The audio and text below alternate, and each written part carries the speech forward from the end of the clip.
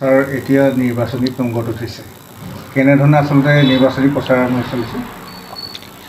প্ৰচাৰ খুব সুন্দৰ হৈছে ইতিমধ্যে আমি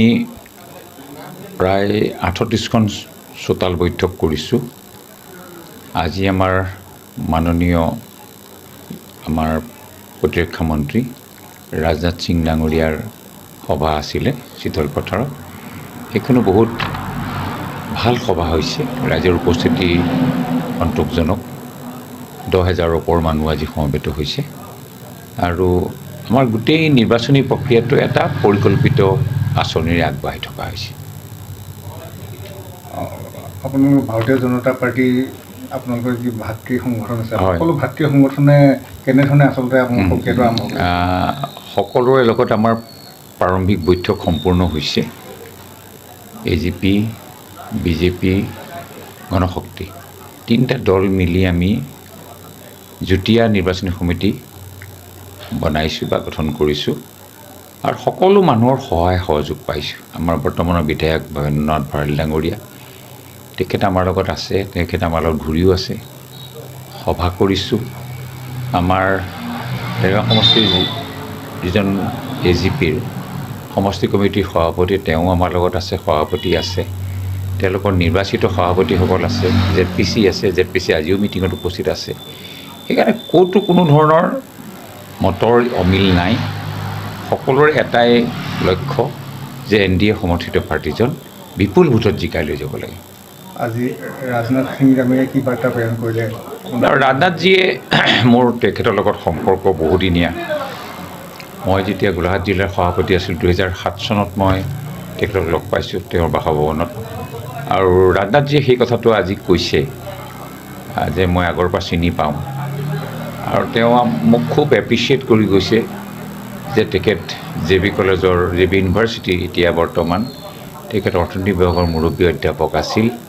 মোৰ লগত সুসম্পৰ্ক আছে আগন্তুক নিৰ্বাচনত দেৰগাঁৱৰ নিৰ্বাচনত আপোনাৰ কোনোবা প্ৰত্যাহ্বান মই ভবা নাই প্ৰত্যাহ্বান কিবা আছে বুলি একেবাৰে থৰু আমি ওলাই যাম এতিয়া আমি জিকাটোতো মই যিদিনা নমিনেশ্যন দিছোঁ সেইদিনাখনেই জিকিছোঁ বিপুল ৰাইজৰ যি সমাগম দেখিছোঁ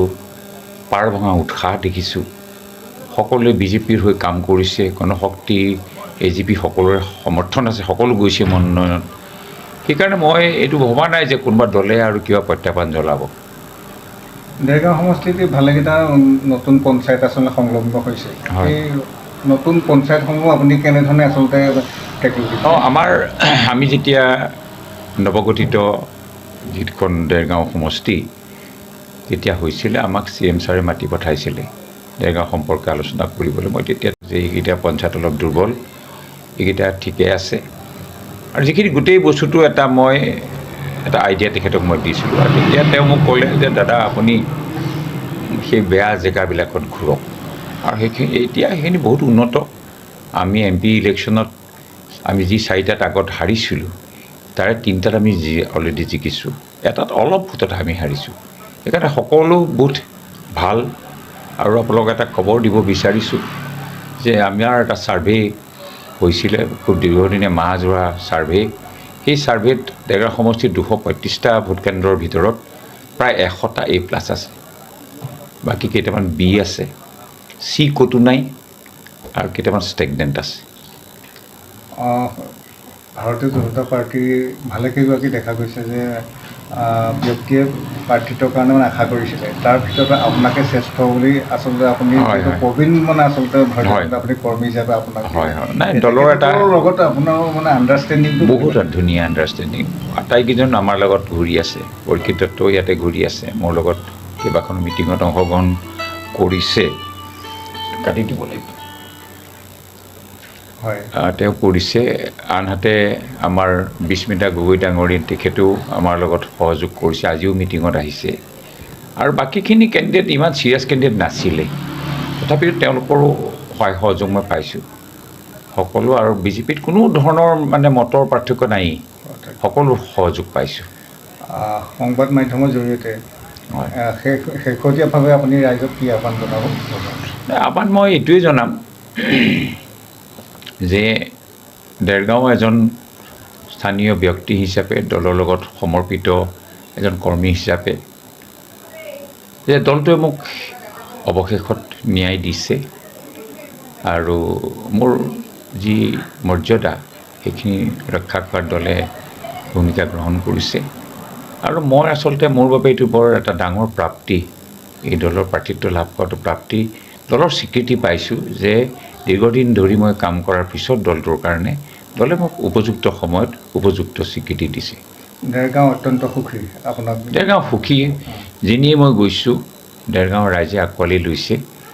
আনটো আপুনি বাদ দিয়ক মাইনৰিটি এৰিয়াটো মোৰ প্ৰভাৱ বাঢ়িছে অন্ততঃ এতিয়ালৈকে 200ৰ ওপৰ মাইনৰিটি মানুহ যোগদান কৰিছে মোৰ নিজ হাতেৰে মই যোগদান কৰিছোঁ আৰু বিভিন্ন মই মছজিদলৈ গৈছোঁ তেওঁলোকৰ লগত মই দোৱা কৰিছোঁ আৰু সকলোৱে তেওঁলোকৰ কমিটিয়ে মোক দোৱাৰ কৰিছে আশীৰ্বাদ দিছে আৰু অহা শুক্ৰবাৰে মোৰ আৰু 2-3টা মছজিদত মই যাম সকলোৰে সহায় পাইছোঁ মই শদিয়াৰ পৰা ধুবুৰীলৈ বৰাকৰ পৰা ব্ৰহ্মপুত্ৰলৈ সকলোৰে মাজত চিনাকি এটা নাম প্ৰাতঃ টাইম থলুৱা ভাষা কৃষ্টি আৰু সত্য বাতৰিৰ আধাৰত প্ৰতিষ্ঠিত খবৰ প্ৰাতঃ টাইমৰ প্ৰতিটো বা বাতৰি পুংখানুপুংখভাৱে চাবলৈ Facebook YouTube website Twitter Instagram আৰু ব্লগাৰ পেজত লাইক আৰু ফ'ল' কৰক ধন্যবাদ